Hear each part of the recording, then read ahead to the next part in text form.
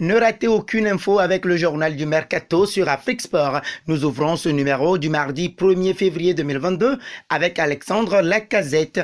Il est finalement resté à Arsenal cet hiver, mais pourrait revenir à Lyon l'été prochain pour continuer d'écrire l'histoire au Groupama Stadium. Il ne l'a jamais caché. Alexandre Lacazette veut revenir à Lyon un jour ou l'autre. Ce Mercato d'hiver pouvait potentiellement être une ouverture pour un retour de l'ancien Gone, surtout après l'annonce du départ d'Islam Slimani. La rumeur a certes circulé, surtout que tout le monde sait que Peter Bosz faisait d'un buteur une priorité lors de ce marché des transferts. Les Lyonnais se sont toutefois contentés de Romain Fèvre et de Tanguy Ndombele en guise de recrues, mais espèrent rapatrier la gâchette dès l'été prochain. L'OL devra faire des concessions financières énormes sur le long terme. Aujourd'hui, Lacazette gagne 10 millions d'euros par an à Londres, somme que Jean-Michel Aulas ne peut pas aligner.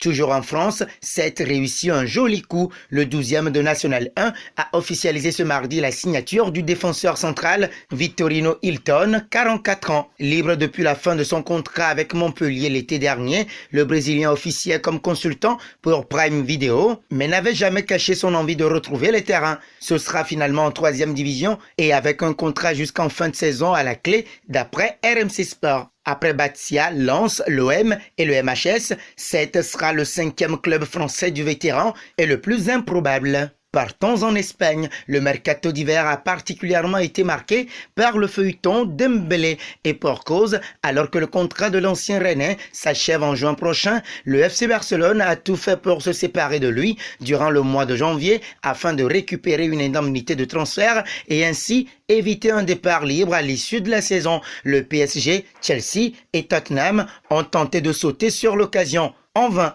Ousmane Dembélé devrait donc terminer la saison au Barça, mais Juan Laporta, présent en conférence de presse, révèle que l'international français serait déjà d'accord avec un autre club en vue de la saison prochaine. La vérité est que Dembélé est difficile à comprendre.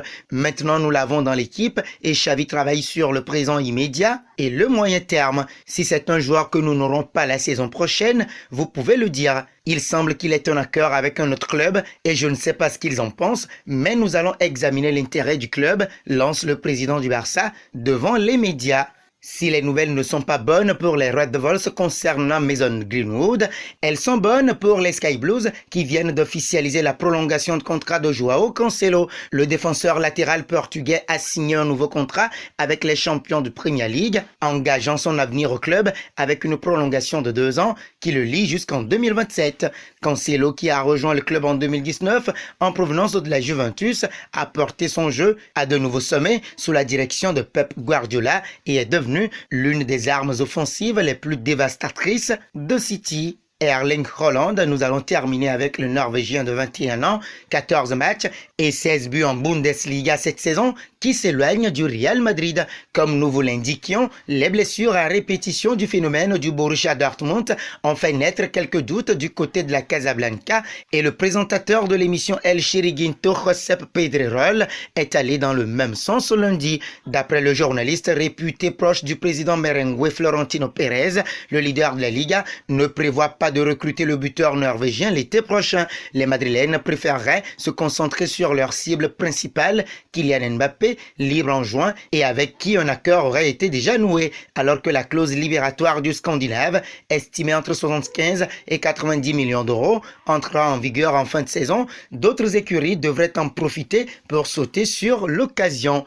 Et nous arrivons au terme de ce journal du Mercato que nous bouclons avec la question du jour. Qui d'entre Kylian Mbappé et Erling Haaland voyez-vous au Real Madrid? Vos réponses seront attendues en commentaire. En attendant, n'hésitez pas à vous abonner sur Afrique Sport pour ne rien manquer du football continental et international.